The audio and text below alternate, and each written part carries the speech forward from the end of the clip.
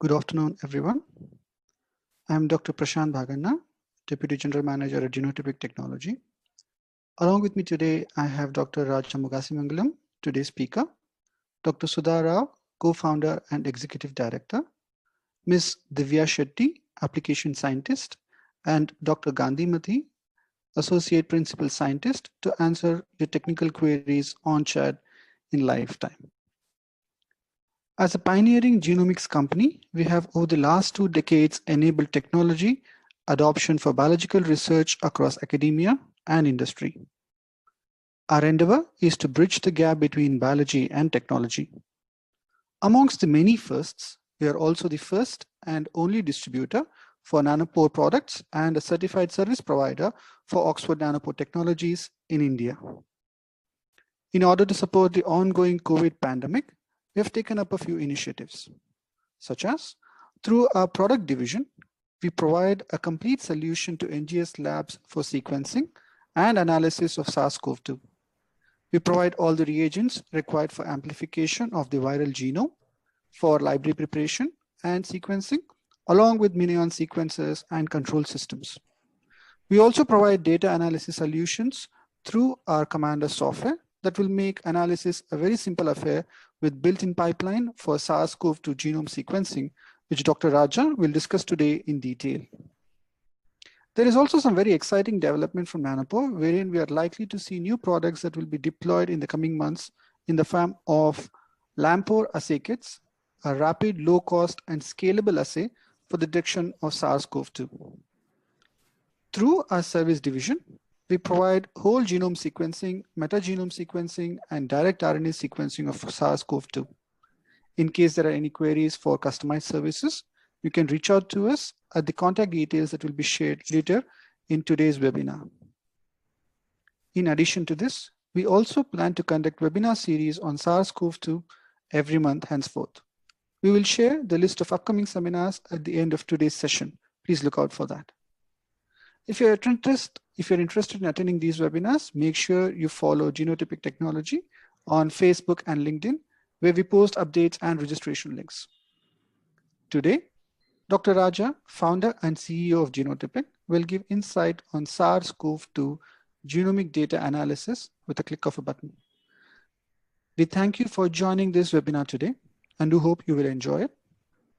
We will be happy to take questions at the end of this seminar. You may also post your questions on the chat box and our experts will respond to them. I request all the participants to kindly mute themselves and keep their videos turned off throughout the presentation. Now over to Dr. Raja.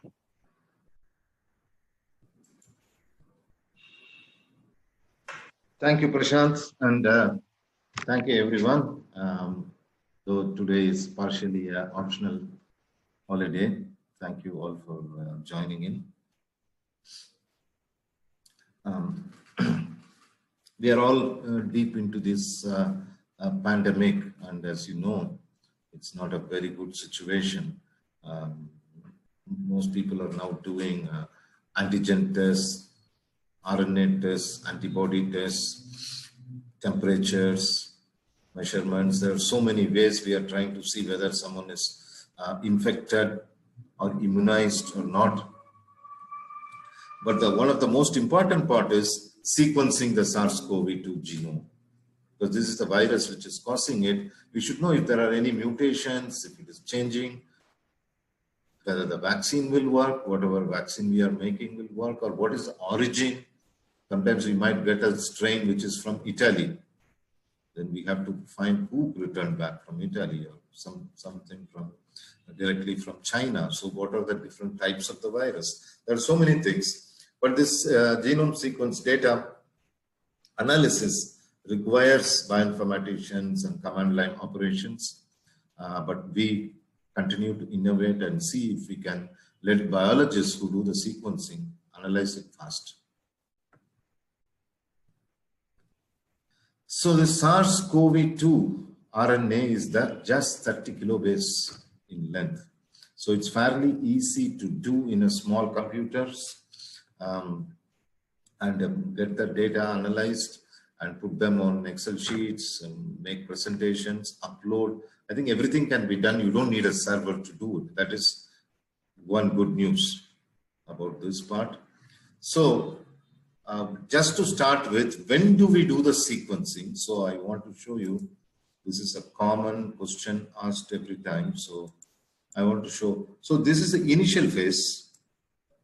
Initial phase, nothing will be working. Antigen will test negative.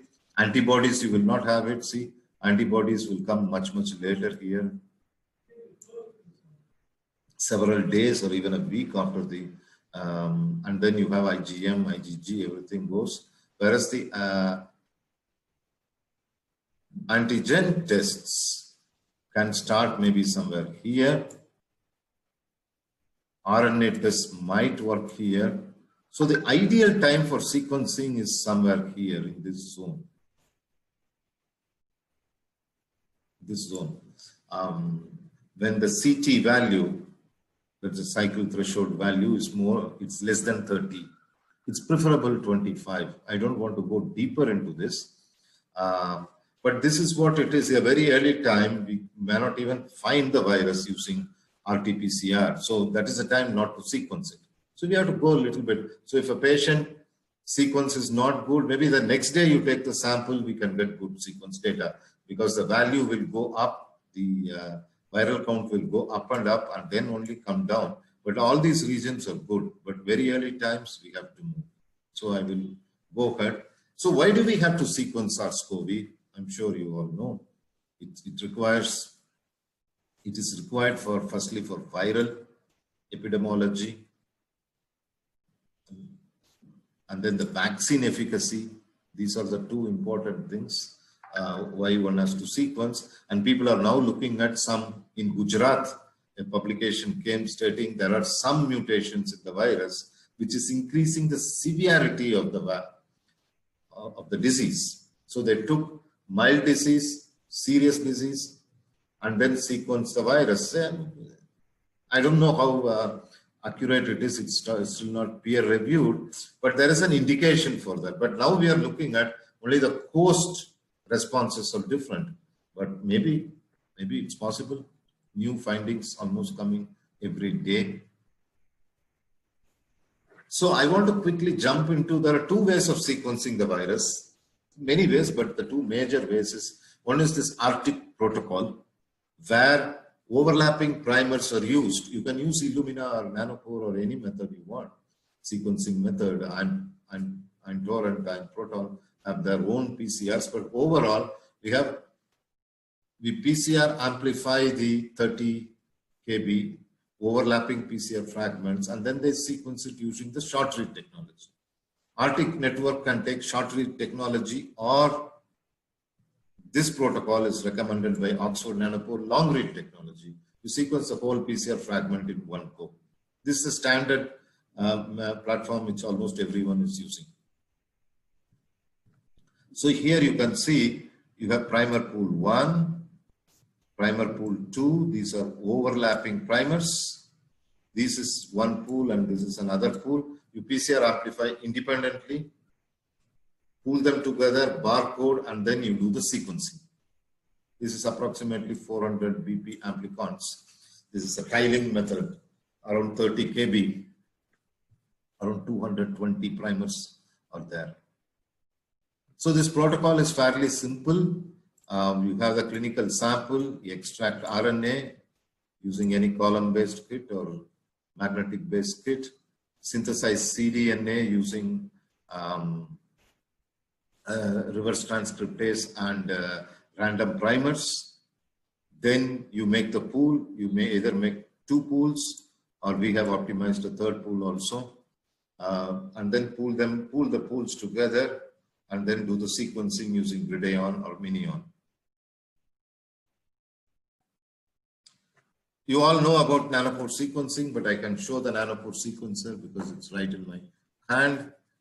It's fairly simple and straightforward to use the Nanopore sequencer. This is the one here. In 3 to 6 hours time, you can sequence 24 to 48 samples or even more. If you have a GridION, a lot more. So basically, it goes through a protein nanopore here and this membrane. And there is a motor protein here which pushes. It's a helicase, and here is the pore. And there is an algorithm which converts this electric signals into the FASTQ format. Since you know this well, I'm just stopping there. I'm going to the straight to the commander. See, commander is a translation from Talaiba, the boss. How, like a boss, people who do not know bioinformatics can do bioinformatics. You don't need to go to command line because this gives the command to the command line. That is why we called it commander. So we made commander NGS. This is before the pandemic period. Some 30, 40 people are using it. Commander NGS. It's an easy to use graphical interface, which I'll be shortly showing to you. Now we converted, or we have that, and then we have a module for the whole of the COVID-19 sequencing pipeline, SARS-CoV-2 sequencing pipeline.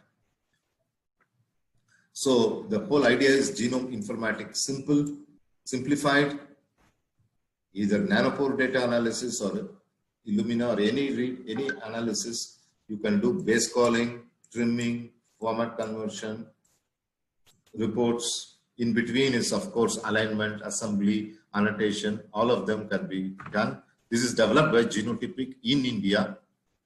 I hope all of you would support this. So now quickly going back, what will happen to your COVID sequence? And then we will, or the SARS-CoV-2 sequence, and then we can come back to the commander part.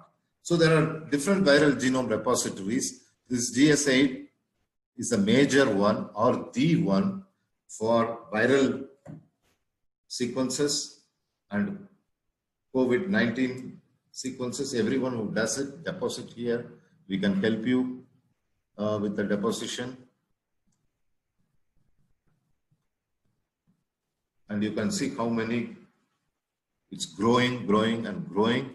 A lot of important discoveries are being made out of this, particularly useful for vaccine and then also for diagnostics. If the primer binding sites 3' is mutated, obviously that's not what we are going to, we can identify using that kit. So we should know which kit will work where. It's important to sequence them.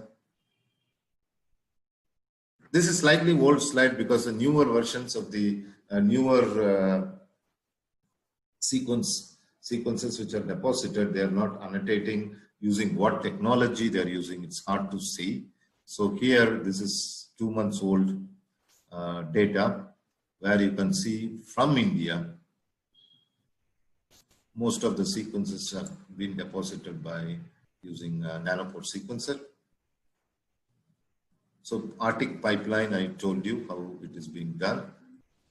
So quickly, how is this bioinformatic analysis using Arctic pipeline? But before we go there, I tell this and then we'll go and see the commander, how it works. So nanopore sequence data, you get it in FASTQ and FAST5 format. FAST5 is the electric signals. But if you take Illumina data, it's FASTQ data. You can take just FASTQ data. So the Arctic pipeline does the alignment using Minimap. And then it creates a consensus file that is the sequence of your virus, that virus, and also the variant in a typical VCF format. And then you can annotate the variant. These are simple steps. Now let me go ahead and show you the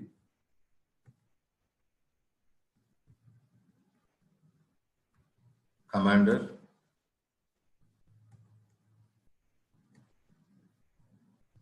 So can you all see the commander screen? Can someone text it on the...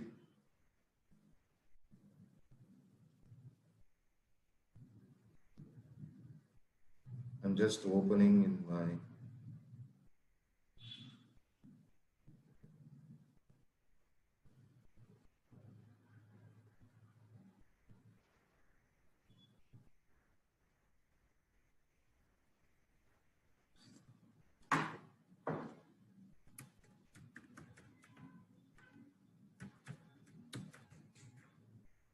So once you click, so this is the Commander NGS. I'm just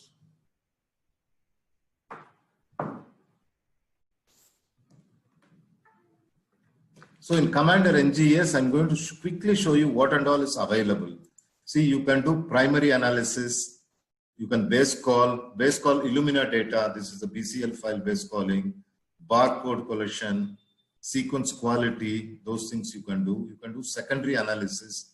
You can trim long reads. You can classify.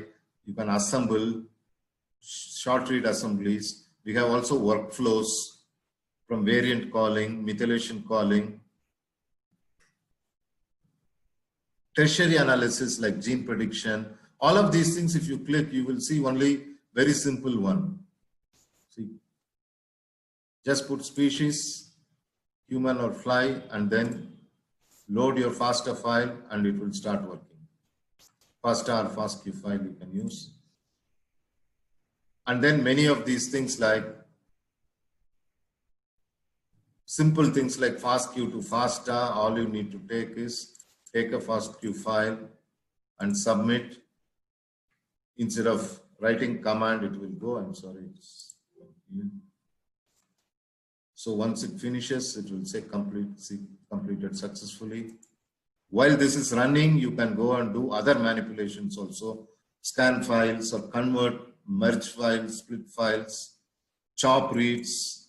Like you can say, I want to take a file and then I want to do 40 bases.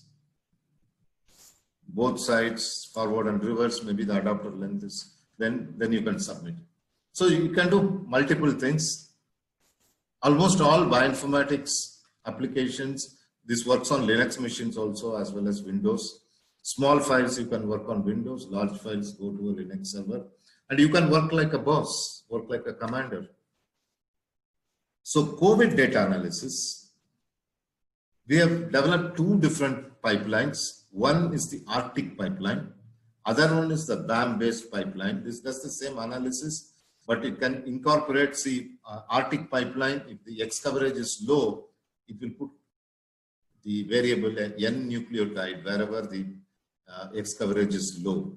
That is the standard which they are maintaining. But when you submit to a database, it will be called as a low quality consensus. So we have developed a BAM-based pipeline which matches almost everything is same, except that it will be in small letters. Say like if you need 500x coverage, someplace it's only 50x. It will be, A will be small a instead of a N. So this is very easy to use. Choose Arctic pipeline. Then you can select samples from the directory. All of them use the same reference genome, how many threads you want to do, and you click submit, and this pipeline will start working and you will soon get the data. Let me go back and say what we are going to see.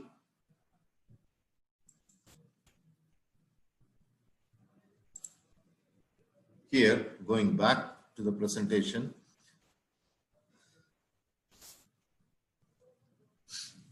So in the Arctic pipeline, you have to do a lot of commands, like even demultiplexing, read filtering.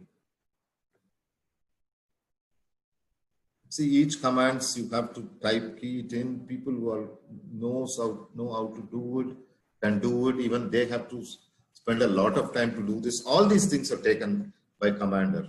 So whether it is a Illumina data or a Nanopore data, it works well. So different output files comes out. All of them same output we get using the Commander also, because it's only giving the commands and it's running the same programs on the back end. So two different kinds of consensus can be done. That's a Nanopolish based consensus sequence or the BAM based consensus sequence. Both can be outputted here. This is the BAM based consensus. You can see here, you have it in small letters. There you have it in, it puts N whenever there is a low X coverage. And this is the COVID Commander I showed you. So It's now all is easy. Once you finish the sequencing, it's only few buttons you have to load the files, few buttons, and literally almost anything you want. The variant annotation, everything is done here. So I will show you quickly what and all it could do.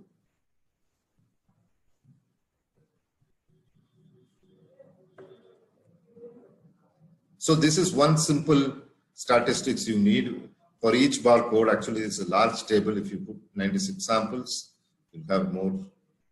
Each barcode, you will see what is the consensus length, what is the non-ATG character, because this is something which we should know. Well, if it is n, if there are too many n's, then this is good. This is not a bad sequence data. But if you have 1% n's, because they should all be small letters rather than n's, that you can do. So this variant VCF file format, so you can see what position, what is the reference sequence, what is the reference base here, and what is the alternate base, and what is the quality there, whether it passed the filter, pass or not. And then you will know how many reads are supporting it, what percentage of reads are supporting it. All of them are shown to the alternate allele and reference allele. And we can even go ahead and see what is the gene ID, which gene is the one which is mutated. So this is important for people who are doing vaccines and even diagnostics. You don't want the mutation should be on the primer or the probe binding site. That will reduce or even eliminate the diagnostic assay. So who are our customers? Lots of people are using Commander. Now we are implementing Commander onto the for the Arctic pipeline. We got a lot of feedback from the users. This is a partial list of users. Genotypic uses it. Genotypic Genomics unit uses Commander for this analysis of COVID sequences.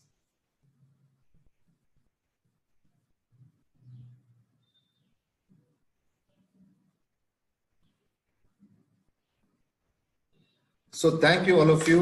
We will be separately conducting for all those who are interested with live sequences. We are going to run Commander and show you how to do for people who are having sequences from SARS-CoV-2. So now I'll hand it over back to Prashant.